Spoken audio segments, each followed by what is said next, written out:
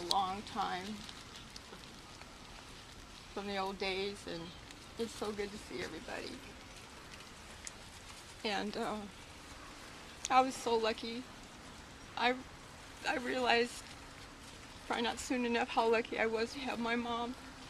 I had her longer than any of my cousins had their parents. I've had her for, well, I'm going to be 56 in a couple days. I had her for 55 years, and that's all we had was each other. She was the strongest woman I've ever known. And the last day she was still kind of with us. I laid in bed with her and I held her all day. And I told her how much I loved her and how proud I was of her. I had told her that before, though. I said, "You're the best mom." I said, back in the day, she had me.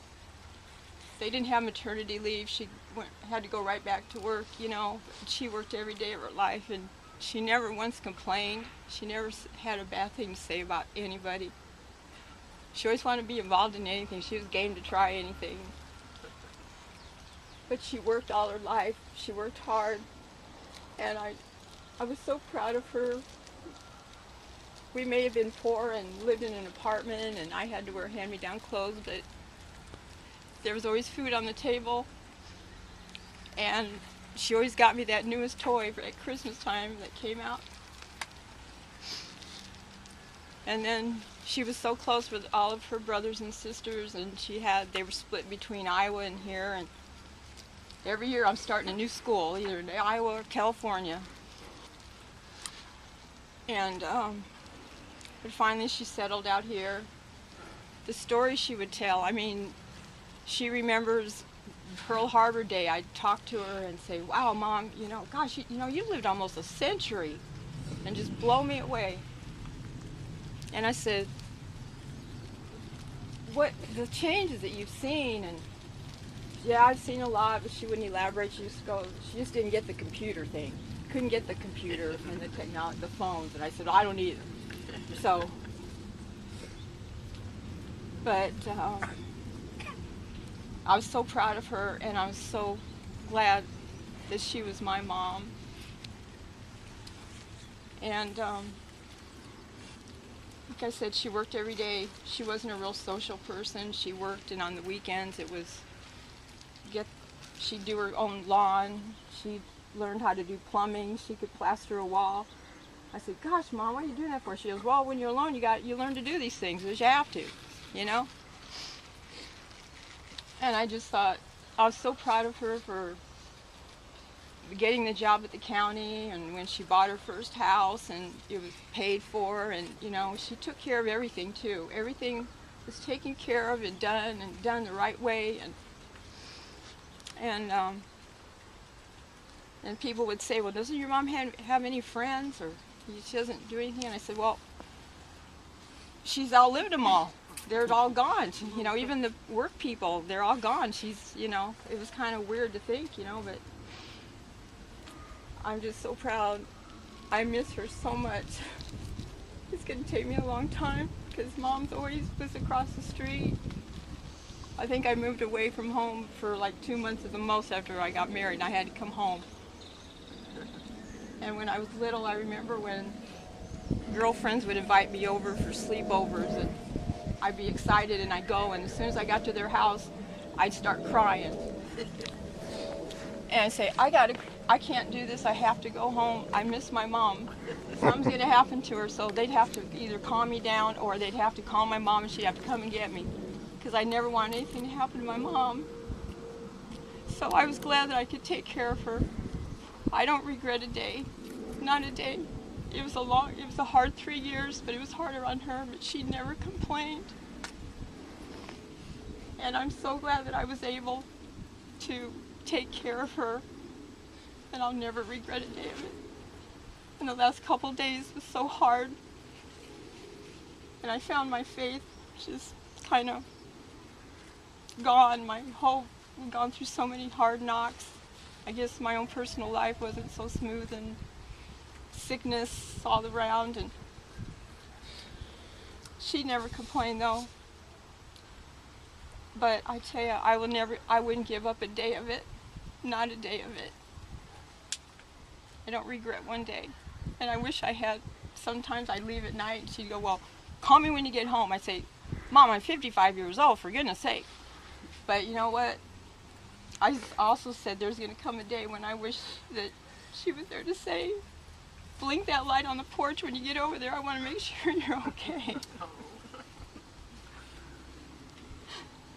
I made a lot of mistakes.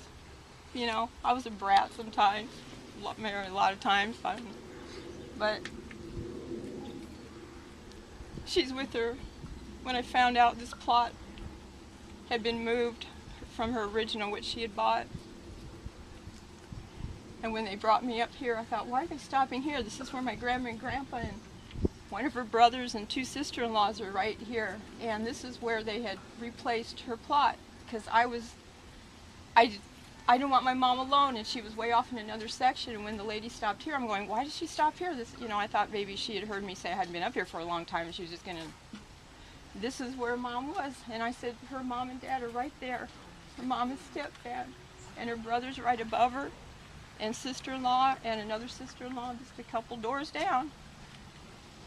So, when the day comes, I'm gonna be also with her. I took care of business, I guess, just like Mom did. So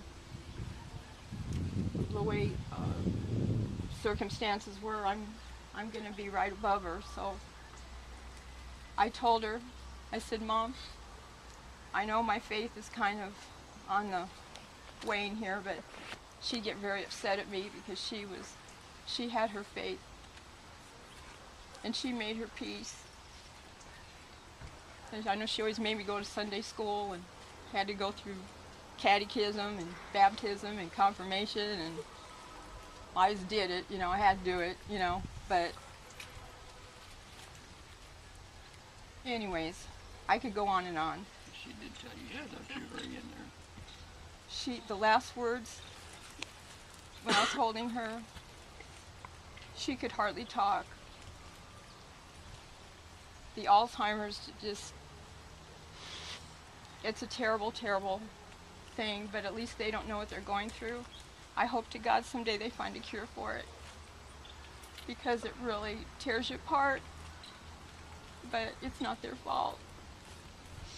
But when I was talking to her, when I was holding her, she could barely talk anymore. She couldn't swallow anything or drink anything. And I said, Mom, I love you so much. The last thing she goes, I love you. Just like that. But she said that many times to me. So anyways, I'm glad everybody came, and I know everybody loved my mom. She was quiet and unassuming. But I can see she made a big impact on a lot of people. But she's with her brothers and sisters now that she loved dearly, and her mama. That when she was in so much pain, she'd call out, Mama, Mama, Mama. So she's with her mama now. So I thank everybody for helping me with her.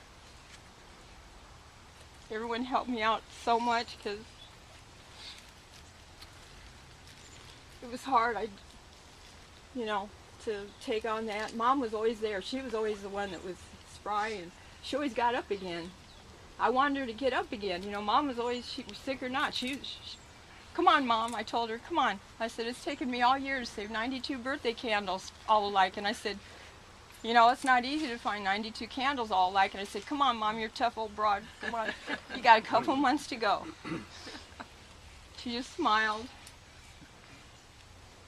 But she did at the end there, 3 nights in a row, she asked me, Debbie, are you happy?